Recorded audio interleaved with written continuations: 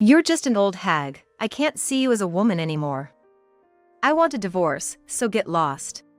Tom sneered as he spat these words at me. We were in the hospital where Tom had been admitted, and I had come to take care of him.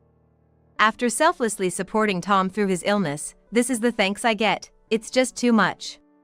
Tom betrayed me with a calm face. Looking back, I've always been treated horribly by Tom. Yet, why did I endure it all this time? Being married to such a despicable person has no benefits for me. Thinking this, I slowly opened my mouth. I'm not gonna let Tom have his way anymore. Holding a quiet resolve in my heart, I faced Tom head-on. My name is Anna Smith. I just turned 45 and I'm a working housewife. My family consists of my son Ryan and my husband Tom. Ryan just started high school this year, and he's a very kind and good boy. I think I've done well with parenting. My husband Tom used to be quite the handsome man. It might sound funny to call my own husband handsome, but he used to be quite popular. I fell for Tom at first sight, competed with my rivals at the time, and snagged the wife's spot. However, that handsomeness is a thing of the past. Hey, got anything to snack on? In his 40s, after Ryan was born, Tom gradually gained a lot of weight and is currently rocking a substantial belly. There's a specific reason why he ended up this fat. It was Tom's infidelity. While I was busy raising Ryan, Tom cheated because he felt lonely. His affair partner was a food lover, and following her lead, he quickly gained a lot of weight. I'm gonna divorce you. Wait, please, give me another chance. After discovering the affair, I decided to confront Tom with the intention of divorcing him. However, Tom said he didn't want to separate from Ryan, who had just been born, and swore he would never cheat again. I too thought it would be sad for Ryan to grow up without a father, so I hesitated on the divorce. Since then, Tom hasn't cheated, but his overweight figure remains the same. When we were rebuilding our relationship, he promised to go on a diet, but he has yet to fulfill that promise. I've probably resigned myself to him staying that way for life. As for me, I don't really mind whether Tom is fat or thin. However, I just wish he would stop leading an unhealthy lifestyle. The reason Tom has never lost weight is his refusal to give up his unhealthy habits, no matter how much I nag. I've told him countless times, what if his habits cause him to collapse, but Tom doesn't listen at all. I wonder if my warnings are just a waste of time, as my size and Tom's fat just keep increasing day by day. I'm a working housewife, but the company I've been with since graduating from college has recently gotten much busier. Over the past few years, our sales have significantly increased, and there are plans to open a new branch. This has led to an increase in my workload, and I'm busier than ever. But I still need to make dinner, right? For Tom's health, I try to cook meals even during my busy schedule. However, my efforts seem futile. I got flagged during my routine health checkup. I have a re-examination next month. What? Again? Every year, it seems, Tom fails his health checkup. He reported this year's failure with a look of annoyance. Hey, where's the paper from the checkup? Let me see it. I thought it would be good to be informed, so I asked Tom. However, he refused with a look of displeasure. Why? It's not necessary. I'll just go for the re-examination, get treated, and that'll be the end of it. But what if something happens? Huh? Look, you're always overreacting. Don't make a fuss over something like this. Really? Tom just grumbled and never did show me the results of the checkup. From that day on, I made sure to serve healthy meals, but Tom grimaced at the sight of the bland food. This bland cooking doesn't even feel like eating. He complained about my cooking and left most of it untouched, then went out to buy burgers and junk food to eat. A little might be okay, but where does he put all that food? Tom eats a lot of unhealthy food at once. At this rate, he's probably gonna need a re-examination next year too. Hey, I'm not saying stop eating, but maybe cut down a bit? It's bad for your health. You're right, Mom. It's kinda too much, isn't it? Even Ryan, who's growing and usually eats a lot, is taken aback by how much and how heavily seasoned the food Tom eats is. By the way, Ryan enjoys the healthy meals I make and eats them with a smile. However, it seems Tom doesn't take our son's advice to heart either. Quiet down. I bought this with my paycheck. You guys have no right to comment. Tom yells at us, visibly irritated.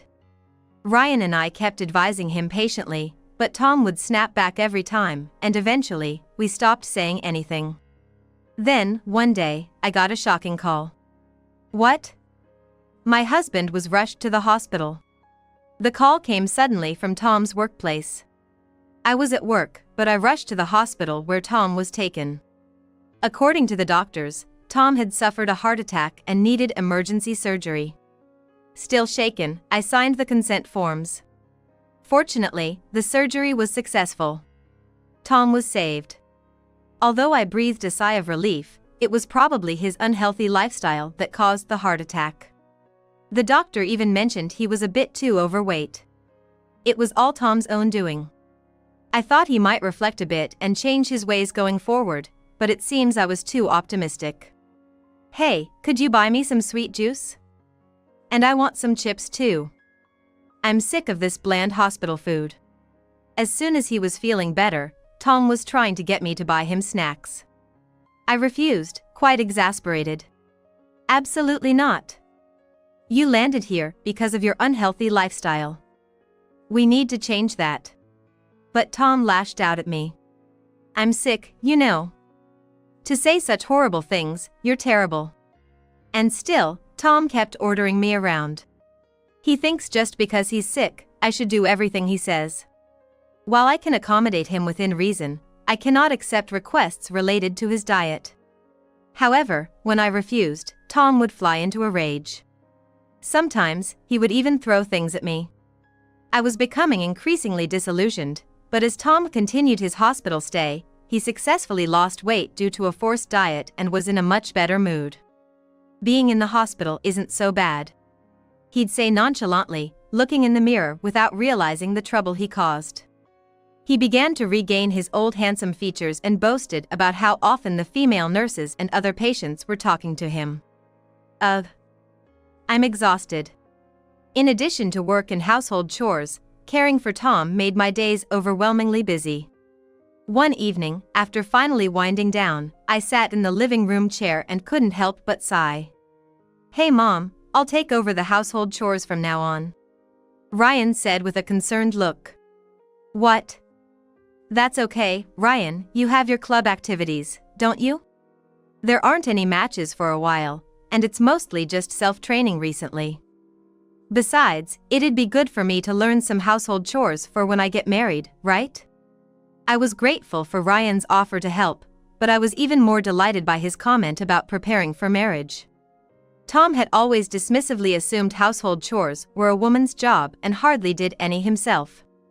Ryan had turned out to be such a good kid, it was hard to believe he grew up watching a father like that. All right. Maybe I'll take you up on that offer then. When I said this, Ryan smiled and nodded. I thought with Ryan around, we could surely get through anything. But life isn't always so sweet. One day, as usual, I went to visit Tom in the hospital. Yikes! What? I was stunned to find a young female nurse with her uniform undone, sitting on Tom's bed. A young female nurse let out a short scream, leaving me dumbfounded. The nurse's name tag read, Fabia Winter.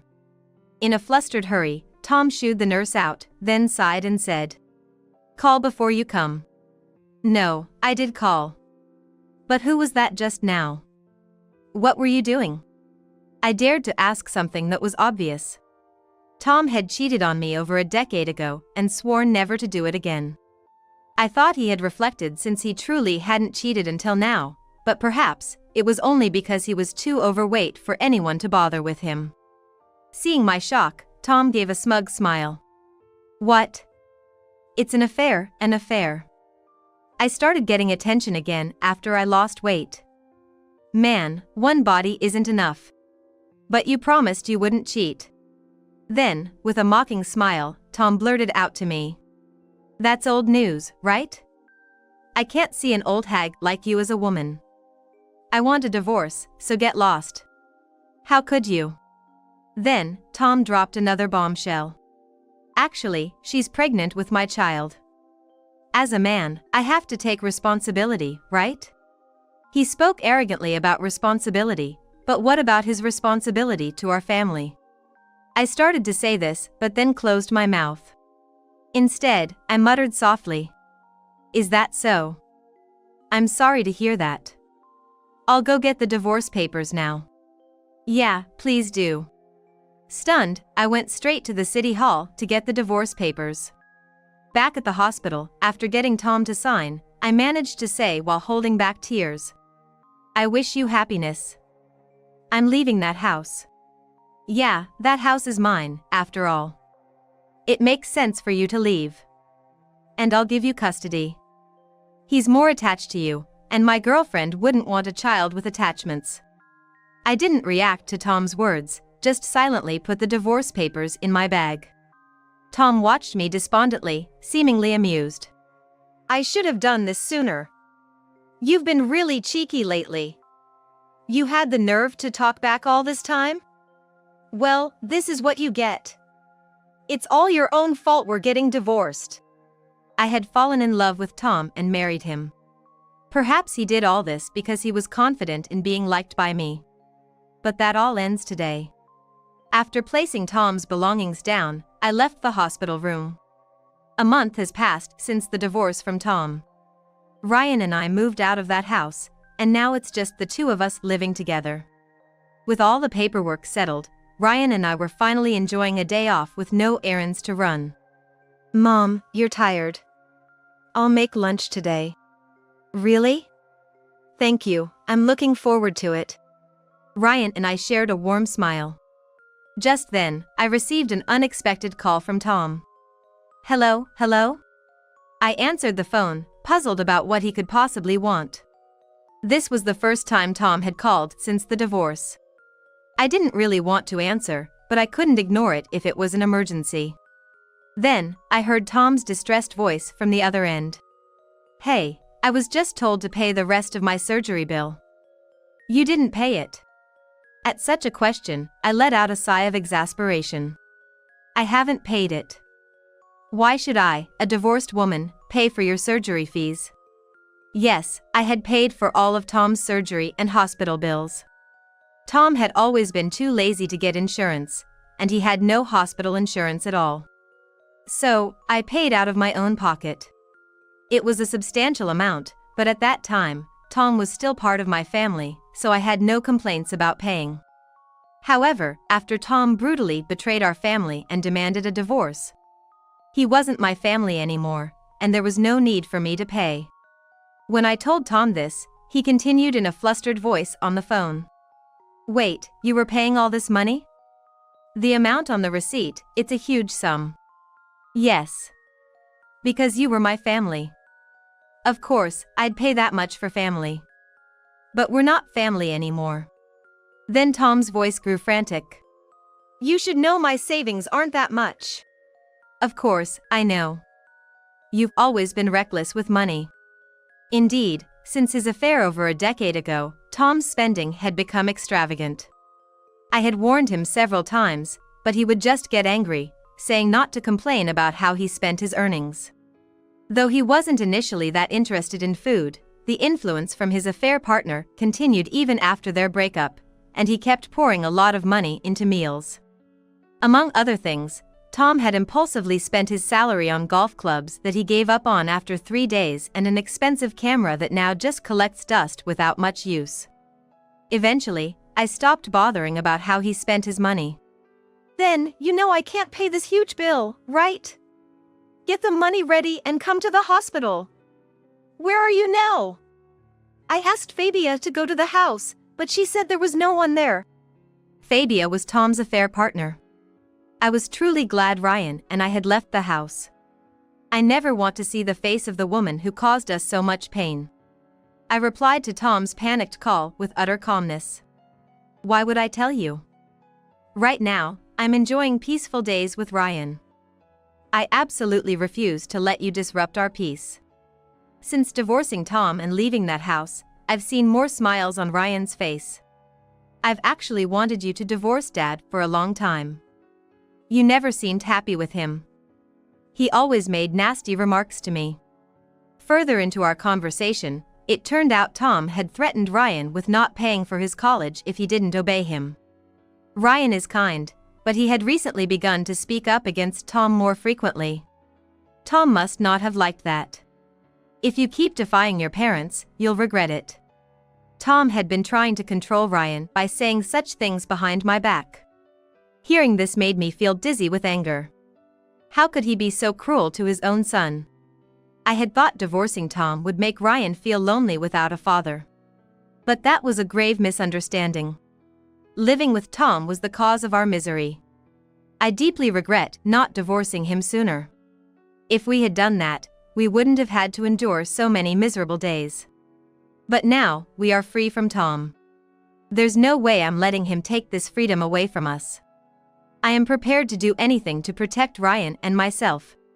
I will never tell you where we are. I said this to Tom with firm determination. There was silence for a while, but then I could hear Tom sniffling on the other end.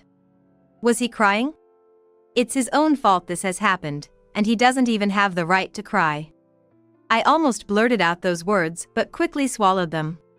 Saying such things now would be pointless. Please, pay for the treatment. Tom pleaded with a tearful voice. His voice was so irritating that I frowned deeply as I responded. Why would I pay after we've divorced? Do you even care what happens to me? You married me because you loved me, right? Tom cried out in agony. Indeed, I had loved Tom. He used to be so handsome, and I fell for him at first sight. At first, it was his looks, but as I got to know him better, I grew to like his smooth handling of women and his kind nature. Looking back, he probably acted so smoothly because he was used to getting attention from women. And being nice was just a way to get even more attention. You looked sad when I signed the divorce papers, right? You still have feelings for me, don't you? If you pay for the treatment, I'll divorce Fabia and remarry you. So, what are you talking about? Huh? Tom sounded dumbfounded. My love for Tom became a part of my past. After Ryan was born and Tom cheated, my feelings for him disappeared. The reason I looked sad back then was because I was utterly disgusted with myself for not seeing Tom's infidelity. It was certainly not because I still had feelings for Tom. Tom said he cheated because he felt lonely as I was always busy with Ryan. However, after Ryan was born, Tom never helped me with housework or childcare. Once, when I asked him to help even a little, he disdainfully said, "You can't even handle that? You're a failure as a mother." During a time when I was nervous from the busy days and unfamiliar childcare, that comment from Tom was the last straw. His affair came to light right after. Does he really think I still have feelings for him after all that? I stopped loving you 14 years ago, the day you cheated. Tom seemed stunned on the other end of the phone. What? Why? Why? After doing something so terrible, you ask why? You really don't understand people's feelings, do you? If you didn't love me anymore, why didn't you divorce me sooner? There were several reasons. First, it was a big risk to divorce while still caring for young Ryan. Also, I had convinced myself that it was better for Ryan to have a father. Since that divorce drama, I had no love left for Tom. We just lived together as cohabitants. Over the years, I developed familial affection for Tom. I couldn't forgive the past, but I thought continuing as a family might be an option. However, Tom cheated again right in front of me that day. Whether Tom falls in love with someone else or not, I no longer feel jealous. I am angry because Tom broke his promises. He broke his promise and abandoned being a father to Ryan. I feel intense anger about that. There's no way I could have any lingering feelings for someone like that. What happens to you is none of my concern. Tom was at a loss for words after my response. Hey, are you just going to stay silent? I was enjoying a rare day off. I don't have time to waste talking to you anymore, I'm hanging up now. As I said this, Tom spoke up in a panic. Wait. Listen, that's right. You can't possibly raise Ryan alone, right? He's about to start college, and you'll need money. You'll struggle without me, won't you? His completely misguided words made me burst out laughing. What are you laughing at? Tom yelled from the other side of the phone. He really doesn't understand anything about me. I decided to enlighten him with the truth. I've been earning a higher salary than you for a while now. Unlike you, I haven't wasted any money, so I have quite a bit saved up. I'm not struggling financially at all, so no need to worry. What? I'm not struggling without you. Ryan's college fund is all set, so don't worry about that either. We have absolutely no problems without you. Indeed, I have been consistently working at the same company since graduating college, receiving a salary that matches my evaluations. I had to take a slightly longer maternity leave, which delayed my promotions compared to my peers. Still, by continuously working hard, I eventually got promoted to assistant manager. I had informed Tom of my promotion, but he assumed that, because I'm a woman, I wasn't earning much. Being busy with work is just a woman's excuse, right? I'm a man and obviously busier. Don't neglect housework using work as an excuse. When my job became busier after the promotion and I couldn't cook, leading to more takeout meals. This was what Tom said. No matter how much I explained my job or how hard I was working, Tom just laughed condescendingly. The only reason I was able to endure was because kind Ryan supported me. Not because of Tom. In fact, Tom was a burden to me. Only after the divorce did I truly understand this. The situation had become this way because of Tom, but perhaps my own obliviousness also contributed to the deterioration of the situation. But now, I won't make that mistake again. Tom, you haven't contributed much to the living expenses in recent years, have you? Did you ever wonder how we managed to maintain our lifestyle as usual? It's obvious, because I was earning enough money to get by. We have no problems without you. Then, with a trembling voice, Tom muttered. Ryan, what about him? He must be feeling lonely without a father, right? What will the parents of his future spouse think if he doesn't have a father? It's obvious that it's better for me to be around for Ryan's future. I was so appalled by his words that I couldn't help but hold my head in my hands. Then, Ryan, who had been listening to the conversation the whole time, signaled that he wanted to take over the call. Are you sure? Yeah, I have something I need to say to Dad. Encouraged by Ryan's determined look, I nodded and handed him the phone. Hello, Dad? Ryan. Tell your mom too. She needs me, doesn't she? However, without a moment's hesitation, Ryan responded clearly. No, we're not struggling at all. What? For me, Mom is the only parent I need. Dad is just someone I'm related to by blood. I don't even like that fact, but I accept it because there's nothing I can do about it. Also, you mentioned something about what a future spouse's family might think. Having a parent like you is more of a disadvantage to me. Ryan spoke plainly, denying Tom. His face was calm, with no sign of trying to score points against Tom.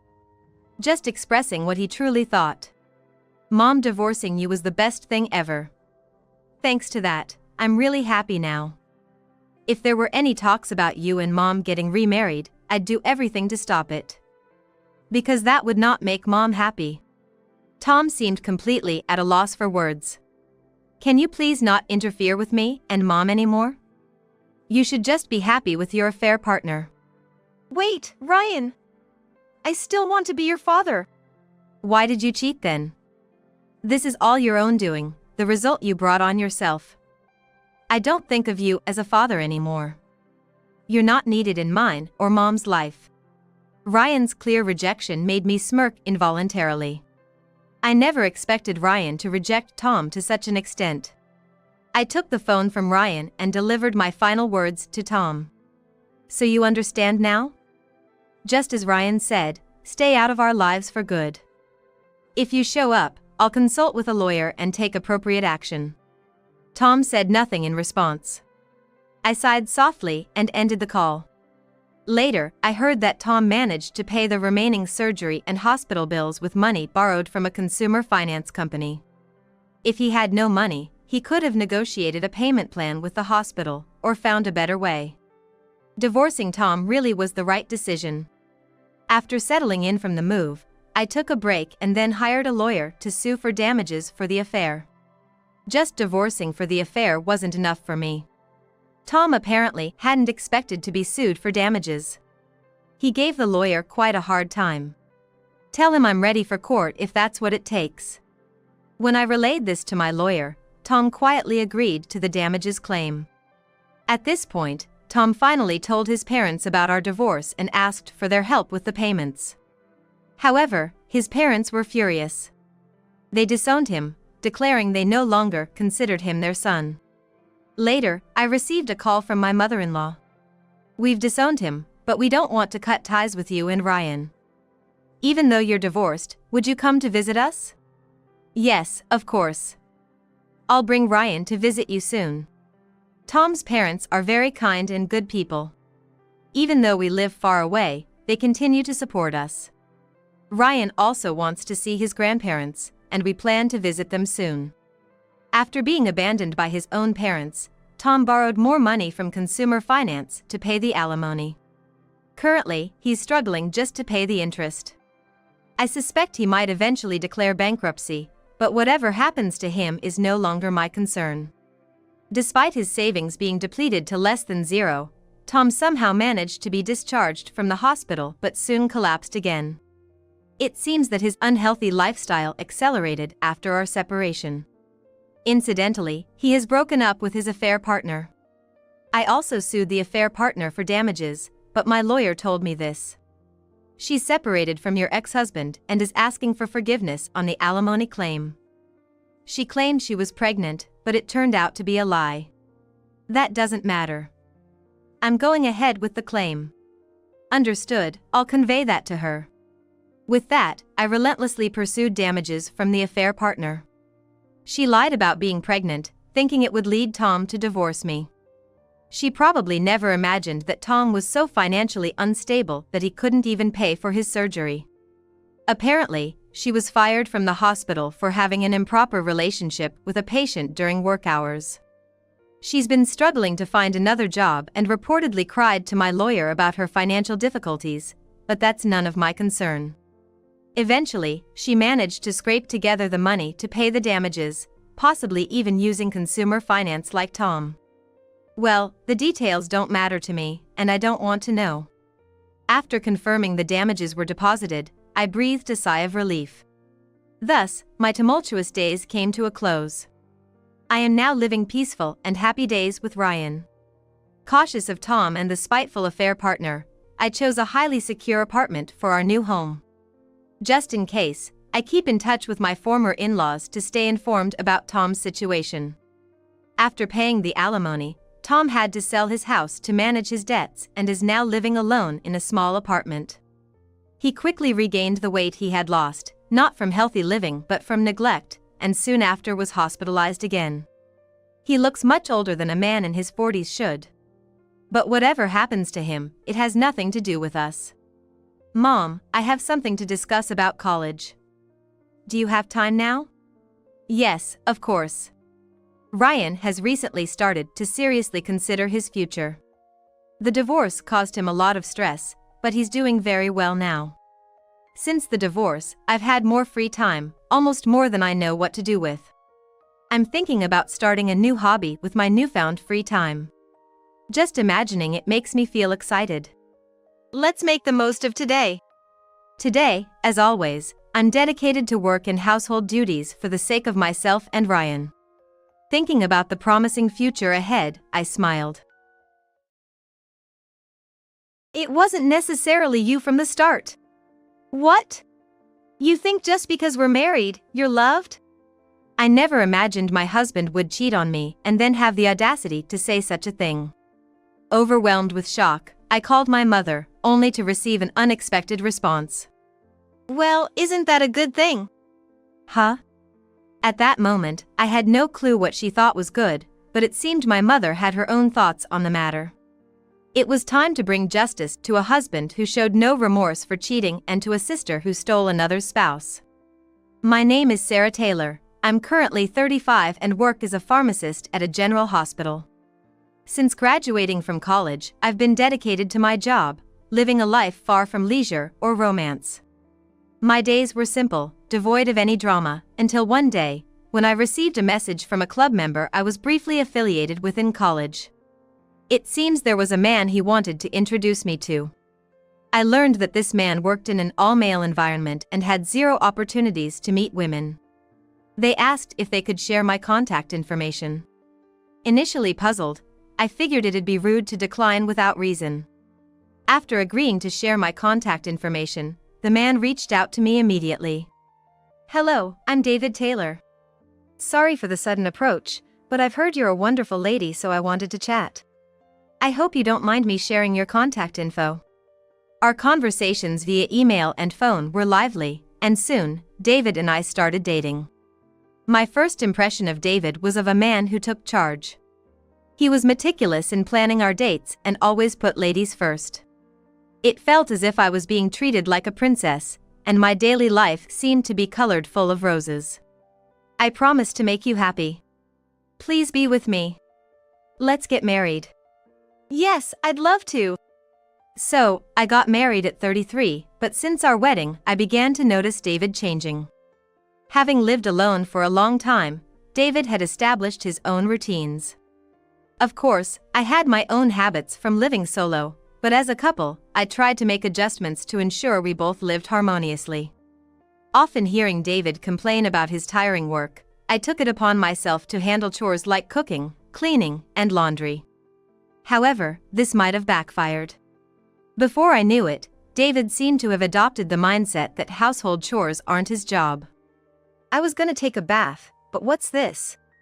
There's trash in the drain. I'm sorry, I'm cooking right now and can't step away. Would you mind cleaning it up? What? Why do I have to clean right after coming home from work? With a click of his tongue, David began preparing to go out somewhere. Hey, what's up? Dinner will be ready soon. Why are you ordering me around? It's really off-putting.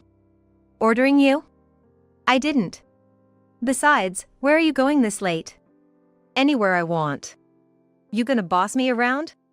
He slammed the door and seemed to have left. Sometimes I might be lacking in household chores, or if I ask for small favors, he becomes grumpy right away. He acts like a rebellious teenager. He wasn't like this before we got married. With these thoughts, I've been spending more time alone. Lately, I've been holding back from saying unnecessary things to David.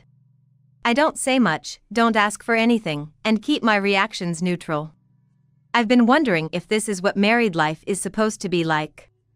Around that time, I've noticed David coming home particularly late. Maybe he's been busy at work, working weekends and unexpected late shifts. I hope he doesn't get sick. You've been coming home late recently. Busy at work? You trying to boss me around again? That's so annoying. It's work, okay, work. He responded in an irritated manner, and we stopped talking after that, but I know. One of my acquaintances is a junior coworker of David, and she told me some concerning things. She mentioned David reducing his overtime for family time and that she's seen him arm in arm with someone, disappearing into the night multiple times. I don't remember ever walking arm in arm with David, but something does come to mind. I have a twin sister, and even as adults, people sometimes mistake us.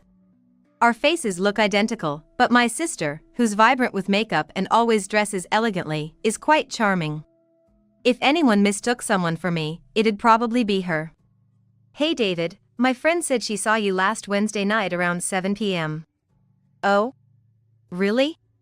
Around 7 p.m.? What were you doing then? I don't remember, maybe I was at the convenience store? As he said this, not taking his eyes off his phone, I noticed his fingers trembling. I decided to be direct. She said you were walking arm in arm with me. But I was working late that day. What are you trying to say? Spit it out. Have you been seeing my sister, Scarlett, behind my back? So what's your point? When I confronted David about cheating, he started saying things he never expected. Suddenly, he stood up from the sofa and glared at me. You know, it wasn't necessarily about you in the first place. What? You think just 'cause we're married means you're loved? What? I mean, when we were dating, didn't we get married because we loved each other? No way. Someone plain like you don't exactly stand out when you're beside me. Don't stand out? Huh? So, you think it's okay to cheat with my sister? While fiddling with his smartphone, David replied with a sigh. Look, I want to become an influencer someday, and looking good on camera matters, right? If I were to choose someone, it'd be Scarlett. What? Influencer? What are you talking about? Besides, you're a pharmacist, so even if I mess up, we won't have any financial issues. The unexpected comments kept coming, and I was having a hard time processing everything. So, are you saying our marriage is just a safety net? Kinda feels that way, doesn't it? So, you didn't marry me because you loved me? Don't flatter yourself too much. Who do you think would fall for a plain Jane like you? David gave a mocking smile, looking right at me. I've always thought this, but you don't really make an effort with your makeup or clothes. You just don't care, do you? Listening to this nonsense, I raised my voice. Then why don't you divorce me and marry Scarlett? You don't even understand how I feel. I don't care. I'm just with you 'cause I want to achieve my dreams and have a good life. You should be thankful. What? How can you expect me to be grateful in this situation? David, with a smug look on his face, waved his hand dismissively and then returned his gaze to his smartphone. If I hadn't confessed to you, you'd probably still be single, right? Just stop making fun of me. I want a divorce right now. No way. I ain't gonna divorce you. Plus, I don't know what our company and your parents would say. And of course, don't tell anyone about this. I was shaking with anger. After everything, you have the audacity to tell me not to speak out? Well, I doubt anyone would believe you anyway. My mind went blank with shock. I was all mixed up and couldn't think straight, but suddenly decided to call my mother, even though it was early in the morning. When I got married, she heard David's greetings and knew him well enough. I thought she would understand me with a brief talking. What's up calling so early? And are you crying? No, not really. Just spill it, what happened? Prompted by my mother, I explained everything that had happened. After listening to the story about David and Scarlett, she exclaimed loudly. Well, that's good, isn't it? Huh? I was puzzled, not understanding what she found good about the situation. Just lay off for now and leave David be for a bit. But just leaving him be. You chip away at these situations bit by bit. Taking my mother's advice, I decided to let David stew for a while. A few nights later, I met my mother at a cafe. Is it okay for you to be out this late? Isn't Scarlett at home? Scarlett said she's on a date. She mentioned something about a new boyfriend recently, but after hearing about Sarah, it made sense. So she's been telling you she's going on dates when she heads out? Yeah, typical Scarlett stuff. I've felt since high school that she's been a bit loose with her relationships, but I never thought it'd lead to this. My mother sighed, drinking her iced tea left in the glass at once. We need to keep a close eye on those two. She started fiddling with her smartphone, but after a while, she looked up with a mischievous grin. Next time, bring David over to our place. I've already texted him. She showed me the text message on her phone. It mentioned needing help with shopping and the need for some muscle as she was planning to buy something heavy. Guys like him act all nice in public. Just ask for some help and you'll see his true colors. I see. On the agreed day, I headed to my parents' house with David. On the way to my parents' house, it seemed like David suddenly remembered something and started speaking. Hey, I think you know this, but if you tell your parents about that incident, I won't let it slide. Even if you do, they probably won't believe it anyway. You've got to be kidding. Why on earth would I say that? What's in it for me? While discussing this, they arrived at my parents' house. "David, it's been a while. I'm sorry for bothering you on your day off. It really helps that you came." No worries, I just wanted to be of assistance to you. My mother greeted David with a bright smile. Suddenly, as if she remembered something, she made a suggestion. "Oh right, Scarlett got the day off from work too. She mentioned wanting to go shopping together. Would that be okay with you, David?" Of course. Well, shall we head to the mall? The shopping center was about a 30-minute drive from my parents' house. "Before we shop, there's a place I'd like to go." Without hesitation, my mother briskly moved through the mall. We ended up at a jewelry shop hosting a special Valentine's Day corner. There was a flyer about a special gift for couples who wrote their wishes for love, and a chance to win a grand prize through a lottery. I often see campaigns giving candies to kids who write their wishes, but I didn't know they have ones for adults too. It says couples and married folks can participate. Why not give it a shot, Sarah and David? You might get lucky. Seeing that poster, David began to back away hesitantly. "Well, I'm not really into these seasonal promotions." Valentine's is all about love between couples. It's something couples and spouses should do together. While emphasizing spouses, my mother chuckled mischievously. I always knew my mother wore her heart on her sleeve, and she was definitely up to something. Realizing this, I decided to play along. Come on, let's give it a try. There's a lottery where 3 couples can win a luxury resort hotel stay. That resort hotel? You two never really had a proper wedding, so why not take some wedding photos there? I'm not much for photos, and we might not even win. We haven't won yet, but we might. Excuse me, ma'am.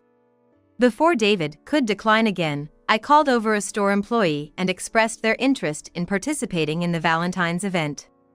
However, the employee's face turned sour upon seeing them. The employee stated that they couldn't participate in the event.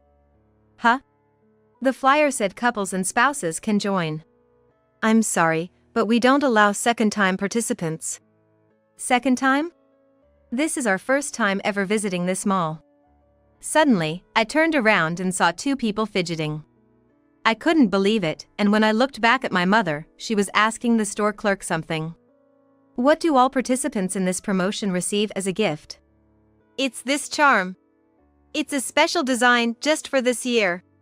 Saying this, the clerk brought out a shooting star design charm that looked familiar. It was the same charm I had glimpsed on David's bag.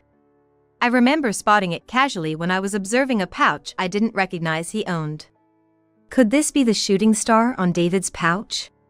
Hearing this, my mother immediately sprang into action. "That's odd. Scarlett had something similar recently. Excuse me for a sec." As my mother said this, she reached into Scarlett's bag and pulled out a wallet. "Just as I thought, it's attached right here. I had a feeling." Mom, stop it. Don't go through someone's wallet. You're not a thief. David, who was watching the mother-daughter squabble, seemed even more nervous than before, bouncing his knee. Look at him jittering. Maybe he's panicking because he's been caught on a date with someone else? But David snapped back loudly at the front of the store. What the hell? Just because of one accessory, you're gonna make a big deal out of it? This sucks. I'm the one who's upset here. My mother smirked mischievously, putting a hand on David's shoulder. Let me get this straight, David. You left your wife, Sarah, to have a date as a couple with her twin sister, Scarlett? No, you've got it all wrong, my mother-in-law. I just got this charm from someone nearby when we went to the bar. They said it was a charm for a happy marriage. Don't even try to lie like that at this moment. It's obvious. What I realized later was that these shooting star charms given away at the event had serial numbers engraved on them. The serial numbers matched, and this became the conclusive evidence that gave away to my mother. We need to have a proper talk. If you have anything to say, say it at home. When we got home and all four of us gathered in the living room, the atmosphere became tense, like a wake. I didn't even know about such an event. Mom, where did you hear about it? I got a tip from a colleague at work. Apparently, it's become a sort of power spot among those who cheat. They say if you can keep those matching items without getting caught, you're destined to be together. While discussing this, my mother addressed David and Scarlett. So, are you gonna explain in detail? David, you're married to Sarah but cheating on her. Besides, you're cheating with Sarah's twin sister, Scarlett. Is that right? Well, yeah, something like that. I can't believe he's laughing it up at a time like this. But they're sisters, so I'm still your precious family, right? I mean, they're from the same family, so why bring up such an unpleasant topic? You hurt your wife and prayed at that place. Does that mean you're serious about it? Well, something like that. Scarlett is so feminine and lovely, she knows how to step back and let a man lead. Suddenly, David became talkative and began to spill the beans on why he cheated. For me, I was thinking I wanted to be with Scarlett from now on. Really? My mother just listened quietly to David's outrageous story without uttering a word. I couldn't bear just sitting and listening any longer when suddenly, Scarlett leaned in closer. We are serious. I mean, Sarah got married first, but he truly loves me. He always tells me that. If you're that serious, then why not just get a divorce or remarry or whatever you want right now? David, taking my mother's words as a sign of permission, started to get carried away. So, I appreciate your understanding in the long run, my mother-in-law. And Sarah, I'm gonna remarry Scarlett, so this is it between me and you. It's not over yet. There are things that need to be settled, right? David seemed taken aback by my mother's words for a moment but quickly resumed his smug grin. You're saying not to end it, but didn't you just forgive me for divorcing Sarah and being with Scarlett? But still. It's true I've borrowed money from Sarah within a certain range. But since I'm still part of the family after the divorce, don't you think returning it would be just silly and crass? Immediately after hearing David's words, Mother turned to me and asked. That's a valid point, isn't it? Hold on a second. I can't accept this, divorcing without debt repayment or an apology and then remarrying. I've talked to a lawyer, one of my acquaintances. I showed them a loan book, which I had prepared just in case, following the advice of a lawyer. You're gonna pay $40,000 to Sarah? She's earning her own money, isn't that enough? Do you want more?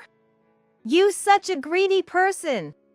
As the two argued loudly, my mother made a proposal.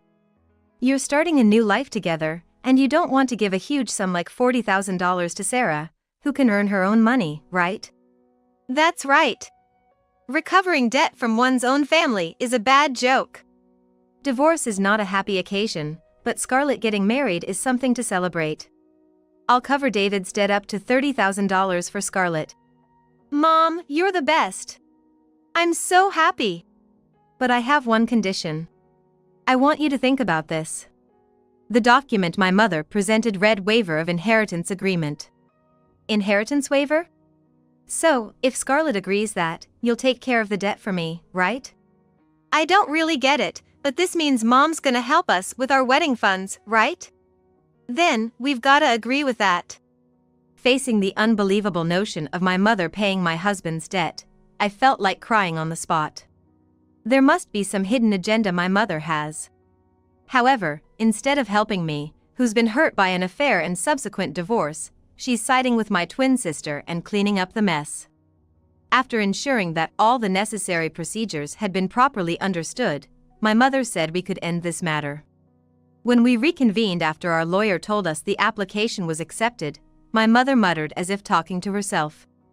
Now that Scarlett has renounced inheritance, it'll belong to Sarah, I guess.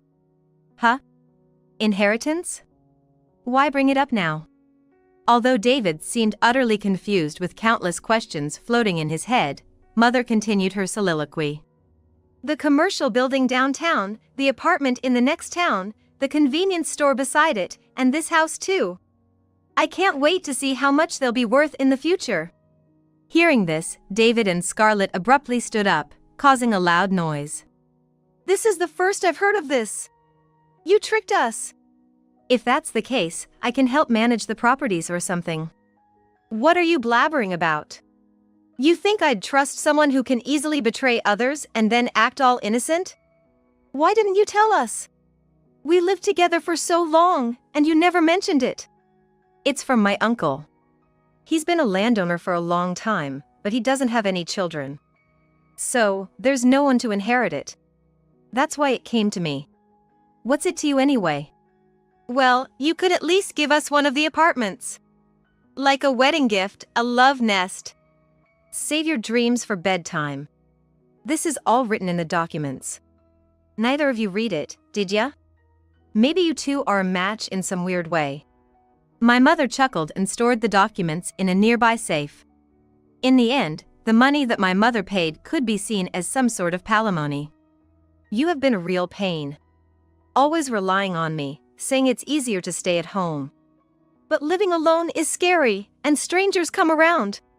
You bring it upon yourself. You're always getting into some kind of trouble and bringing it home. It's been a real hassle. According to my mother, Scarlett had been reckless with her relationships even before adulthood, causing constant trouble.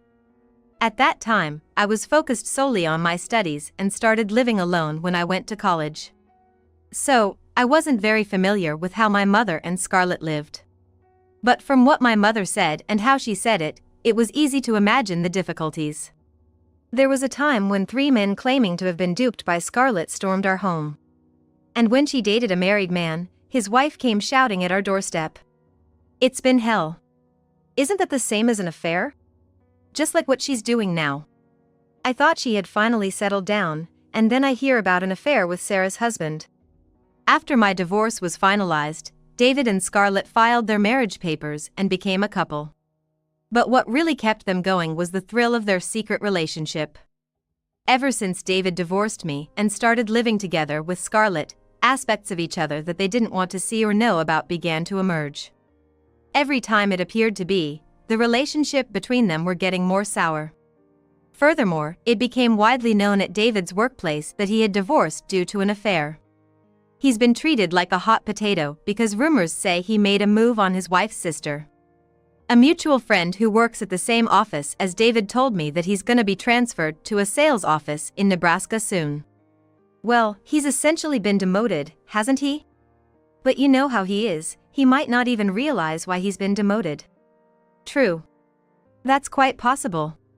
One day, I was having tea at a cafe with my mother while I was taking a half-day off to use up some paid leave. It's a local favorite and a nice spot to chat, but I didn't expect to run into the last person I wanted to see there. Sarah, I'm gonna be transferred. Oh, really? But you brought this on yourself, right?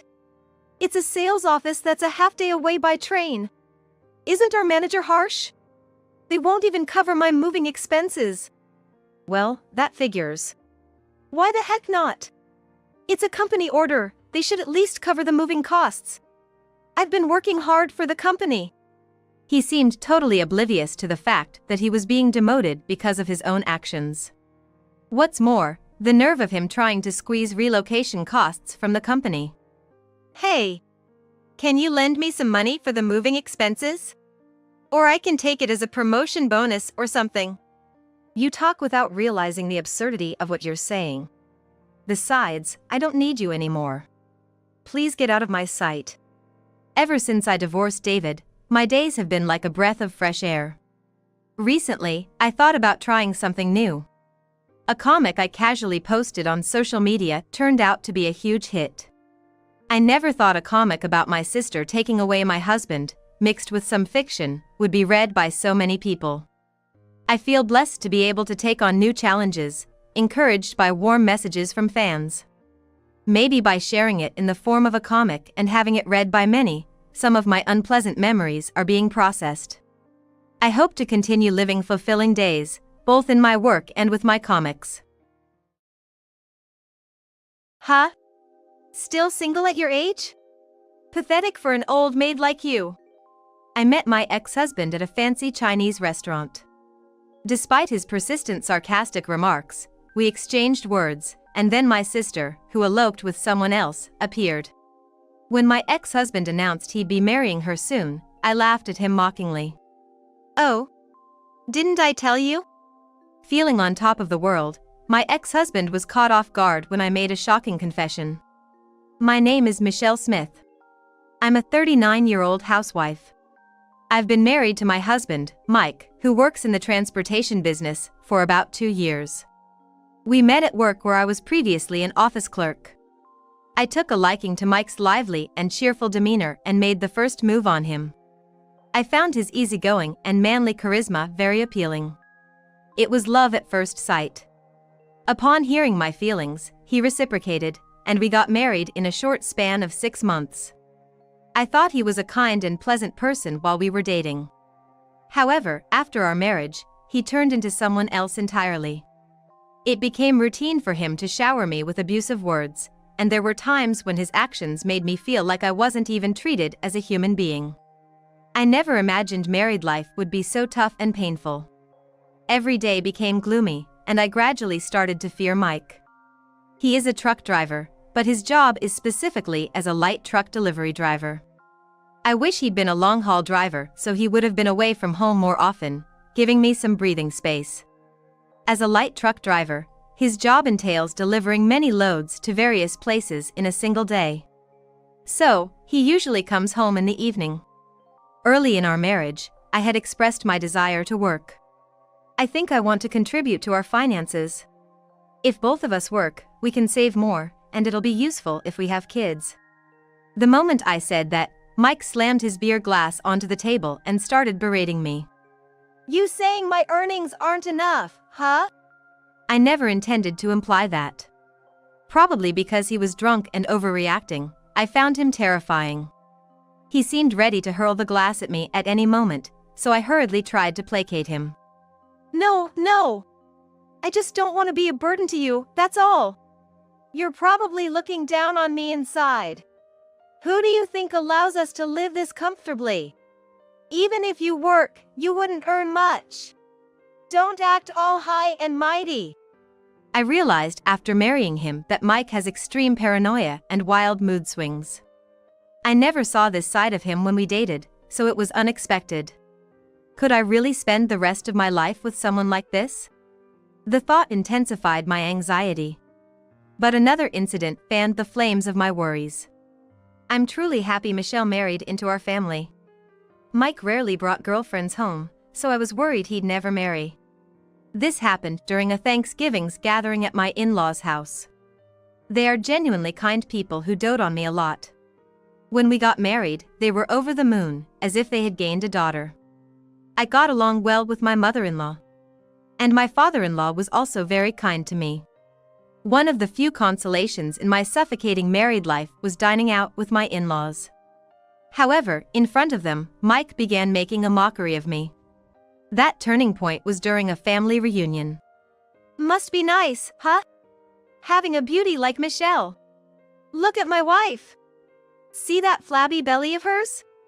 A male relative began making fun of his wife, drawing laughter from the crowd. Beside him, his wife playfully pinched his belly and chimed in, giving a sort of husband-wife comedy routine, lifting the mood. Then, my husband turned the tables and decided to poke fun at me. What are you talking about, uncle? Michelle looks so childlike, hardly womanly. Your wife looks way more elegant and mature. I was left speechless by this unexpected comment and revelation. The male relative said, Come on, cut it out. But everyone seemed to find it hilarious. The only ones who looked concerned were my in-laws. Michelle, go to the kitchen. Help my wife with dinner preparations there. My father-in-law, seeing my distress, gave me these instructions as a way to escape the scene. Grateful, I rushed to the kitchen accompanied by my mother-in-law.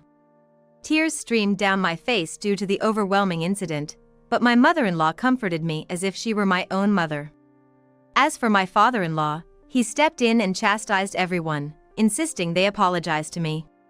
All did, except for my heavily intoxicated husband who remained defiant. Why should a husband apologize to his wife? That's why Dad always gets ridiculed by Mom. Can't you have some dignity? And for some reason, this led to a father-son argument.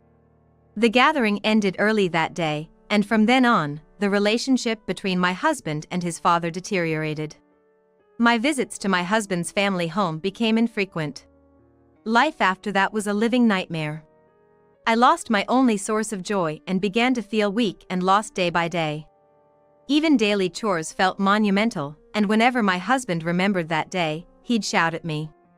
You must have said something unnecessary to them. Thanks to you, I was humiliated in front of everyone. What are you gonna do about it? Fearing his temper, I became constantly on edge. Living on the 10th floor of an apartment building, I often thought if jumping would offer an escape from my misery. When we're mentally drained, making rational decisions becomes a challenge, and I felt exactly that way. It was then, during one of these despairing moments, my sister visited. You haven't been in touch recently. I got worried. Michelle, you look awful.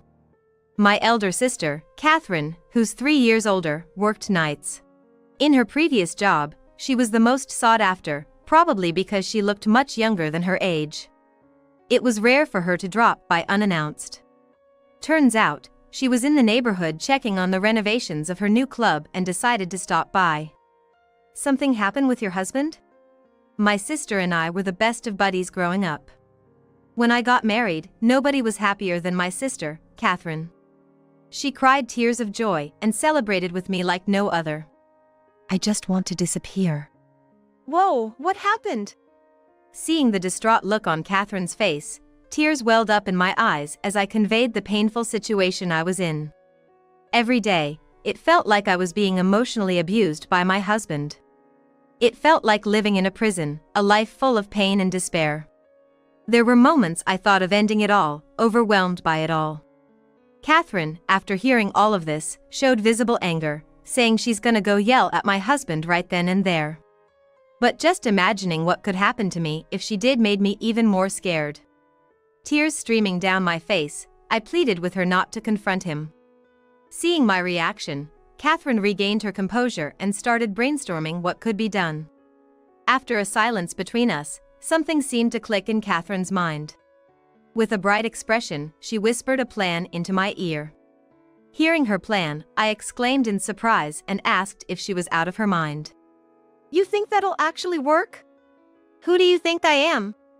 Catherine said, confidence oozing from her every pore. I trust Catherine to pull it off, but the risks if her plan was discovered made me anxious. Don't you want to get out of this and be free? Seeing me unable to make a decision, Catherine turned serious and told me it was ultimately up to my courage. Hearing that, I made up my mind and agreed to her plan. From that day on, Catherine came over nearly every day. People who are emotionally abusive tend to act all high and mighty in public. If I'm around, he won't be able to pull anything on you, Michelle, right? Saying this, she visited me frequently over the next few months until her new shop was ready. At first, my husband seemed unsure of Catherine's frequent visits, but he seemed to enjoy the drinks they shared every evening, gradually warming up to her. Catherine made sure Mike drank enough to get really drunk and stayed with him until he fell asleep. You're always joining me for drinks, so feel free to stay the night anytime. Mike, now quite fond of Catherine, began to show her affection he never showed me, even trying to stop her from leaving. But Catherine always declined his offer with a polite smile, assuring him she'd be back the next day. For Mike, time spent with Catherine seemed like a dream. He was so enchanted by her that he seemed to have forgotten all about me. But then, when Catherine's shop was about to have its grand reopening, an incident occurred. I'm divorcing you. Out of the blue, Mike declared he wanted a divorce. Naturally, I was shocked by his words and demanded an explanation. Why all of a sudden? I've found someone I care about more than you. I want to be happy with her. I want you to leave. I flat out refused to accept his selfish reasoning. I didn't accept my husband's decision to divorce. However, Mike seemed to have expected this and coldly mentioned hiring a lawyer. A meeting with a lawyer present took place a few days later. Even there, Mike hurled unbelievable accusations at me. You just want money, right? Do you want the property? I'll give whatever you ask, so let's end this. In front of anyone, Mike made it clear he no longer had feelings for me. He seemed to want to end our marriage so badly that he didn't mind paying a hefty sum to make it happen. The lawyer, probably feeling uncomfortable, showed me the average amounts for such cases. "You really don't have much affection for me, do you?" I could tell where your heart was. Easily figuring out who you're thinking of and who you wish to spend your life with. I lowered my head, realizing resisting was futile, and accepted the divorce terms. "Fine. But I demand the division of the property." He probably thinks he can just earn it back. Mike, oblivious and elated at the thought of a smooth divorce. Yet, watching him, I let out a mysterious smirk.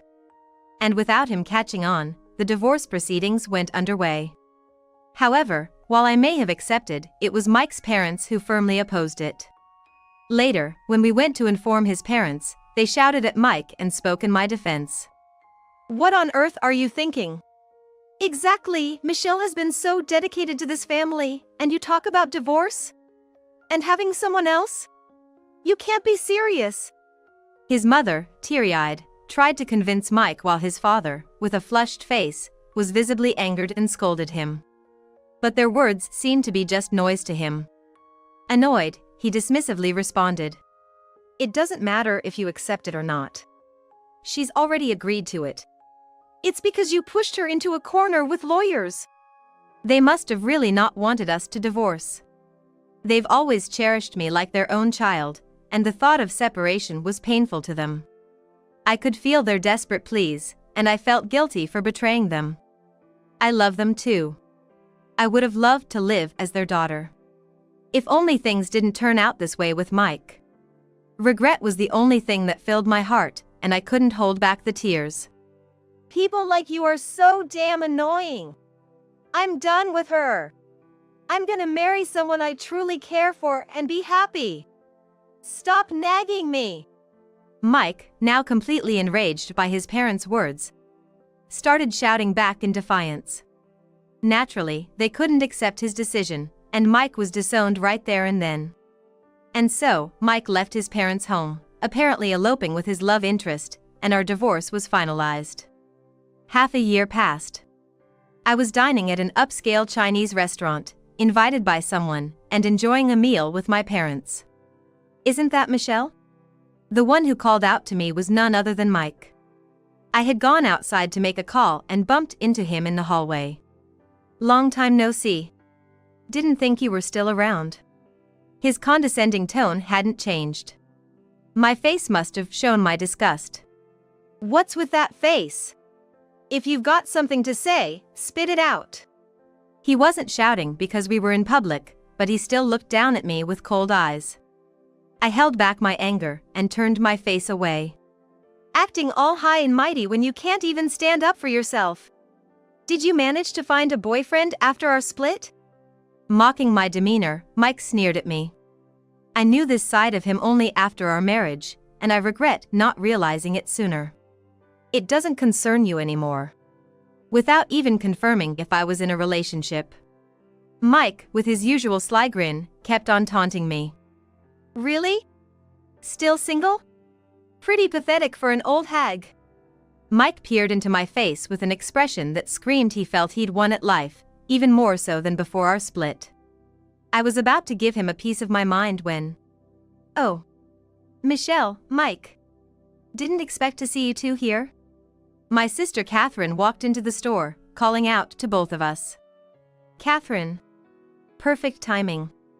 I was just about to share some news with Michelle here." The smug look on Mike's face was almost disgusting as he snaked an arm around Catherine, drawing her close. I just stood there, not letting his actions fluster me, my gaze icy cold as I watched the scene unfold. "I thought I'd tell her first that we're gonna get married," he bragged, pulling Catherine even closer. I had always suspected that his feelings for Catherine were the real reason he wanted a divorce. But looking at them now, with emotionless eyes, Mike, still not realizing the gravity of the situation, shot me a smug grin. "Sorry, I guess. I mean, I'm gonna be living the dream with her. But hey, you're not too bad looking. Maybe with a bit of effort?" "I'm sorry, Mike. I can't marry you." Gently shaking off his arm, Catherine dropped the bombshell with a smile. His face was a picture of shock, unable to comprehend her statement. The truth is, I never had any feelings for you. Wait, what? What are you saying? Didn't she tell you? I couldn't resist, my voice dripping with mock confusion as I savored every moment of his confusion. What do you mean didn't tell me? The whole thing, Mike, was a plot Catherine and I hatched to make sure we divorced. And as I walked over to join my sister, we exchanged amused smiles. Right? Even witnessing this, Mike couldn't fathom what was going on. His words came out jumbled. Was this all just a play? Thanks to Catherine here, I got quite the alimony from you. Really grateful for that. Rejecting his initial proposal for divorce was all part of a plan to get as much property as possible from him. It was all Catherine's idea. I was eager to divorce but didn't want to raise suspicion. That's why I played along. No way! Catherine would never say that. Why not? Struggling to come to terms with the truth, Mike babbled on, refusing to believe my words. I tilted my head in confusion and asked, "Why do you say that?" Why would Catherine say something like that? She said she's gonna marry me. Well, if you took my sales pitch so seriously. I was just doing my job, entertaining a client. Catherine responded to Mike's comment, her brows furrowed in feigned concern. She touched her cheek with an exaggeratedly innocent gesture, sighing softly as she spoke. I only entertained you as a client. I never had any feelings for you. I'm sorry if I gave you the wrong impression. So you've been fooling me this whole time? For the past 6 months? You were such a valuable customer, Mike. Always trying to one-up everyone. It was kind of cute, actually. Mockingly, my sister spoke with a derisive laugh. The ex-husband, completely fooled by her theatrical performance, displayed his anger and raised his voice despite being inside a shop. All those words about wanting to be with me, asking me to divorce Michelle, were all lies? Who in their right mind would want to be with someone like you, an emotionally abusive husband? What did you just say? The sharp words of my sister infuriated my ex-husband, who began breathing heavily in agitation. While cautiously watching out for any signs the ex-husband might become physically aggressive, I observed their exchange and discreetly reached for my phone. It was hard keeping up the charade for half a year, but thankfully you're simple-minded. It wasn't like I could just stay married to you. In truth, my sister was already married when I was with my ex-husband. She has a husband who works as a bodyguard. To ensnare my ex-husband, my sister persuaded him by saying she was also going to get a divorce. From the perspective of my ex, who had never been popular in his life, the fact that someone was chasing after him so much was a delightful feeling.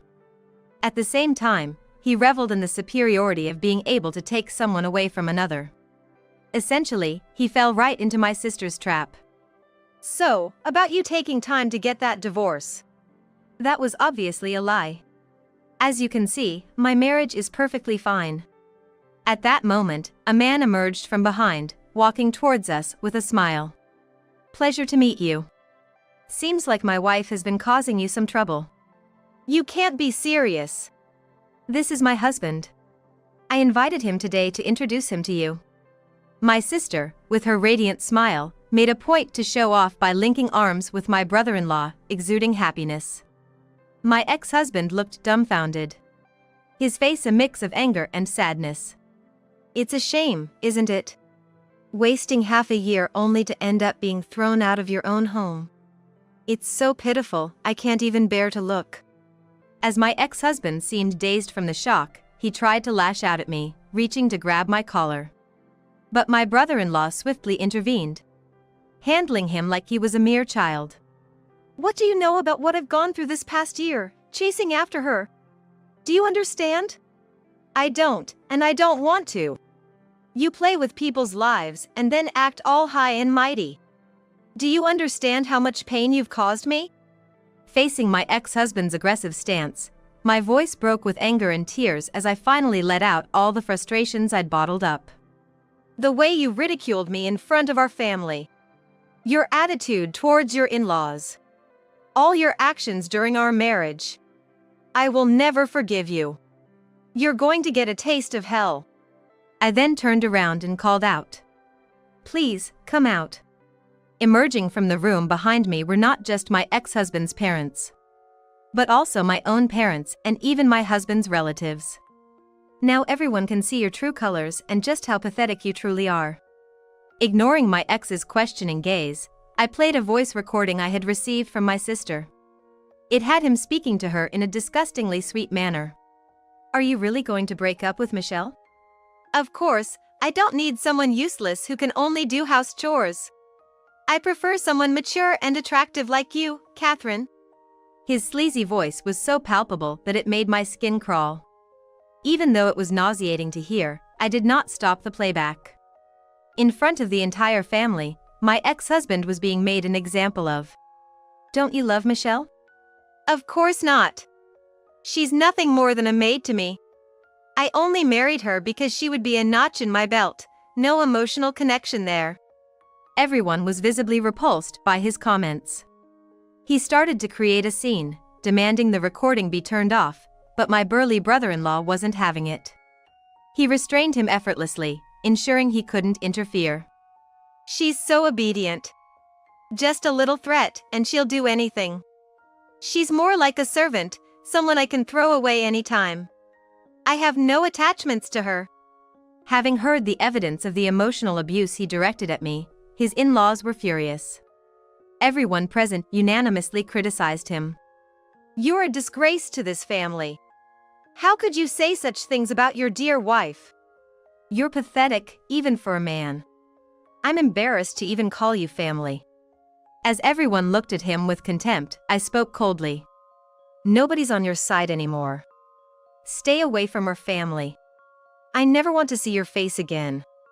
Having masterfully executed this public reprimand, I stopped the voice recorder and asked my brother-in-law to throw him out. My ex tried to retaliate, but to no avail. He was forcibly ejected from the premises. After that, the store was locked up, but my husband made a scene out front demanding it be opened. Eventually, he was reported and taken to the police station. My sister and I, having exposed my husband's wrongdoings, gave each other a high five and shared our joy of having achieved our revenge. It felt like a celebration as we ordered food at the restaurant, and everyone showed sympathy for the hardships I had endured. Reserving the whole place was the right call. Everyone could relax and enjoy without feeling restrained, said my sister, Catherine, who had arranged it. I expressed my gratitude to Catherine, who had helped me through everything, and I savored a meal with her for the first time in a while. And so, I got my revenge on my ex-husband. After that, it seemed like he was almost stalking Catherine, got reported to the police again, and apparently, my brother-in-law, Mike, gave him a taste of his own medicine. After that, Mike was too scared to show his face around my brother-in-law. 13 years have passed since, and now I'm handling the accounting at Catherine's store. I'm still in touch with my ex-in-laws and occasionally dine with them. I'm deeply grateful to Catherine for helping me out of my shell. I'll repay this favor someday. With that thought, today, I'm gonna work hard alongside Catherine.